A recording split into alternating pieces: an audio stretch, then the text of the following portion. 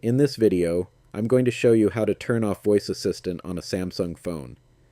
So, if your phone is speaking everything on the screen, or you have to tap items more than once to select them, it means the screen reader feature is probably turned on.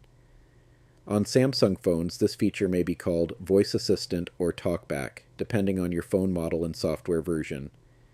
To turn it off, first open the Settings app on your Samsung phone. Now scroll down and tap on Accessibility. Inside Accessibility, tap on TalkBack. On some Samsung phones, you may see Voice Assistant instead of TalkBack, so just open that option. Now you'll see a switch at the top of the screen. Turn off the switch next to TalkBack or Voice Assistant. A confirmation message may appear. Tap Turn Off to confirm. Now the Voice Assistant will be disabled, and your phone should stop reading everything on the screen. One important thing to know: if Voice Assistant is currently enabled, you may need to tap once to highlight an option, then double tap to open it.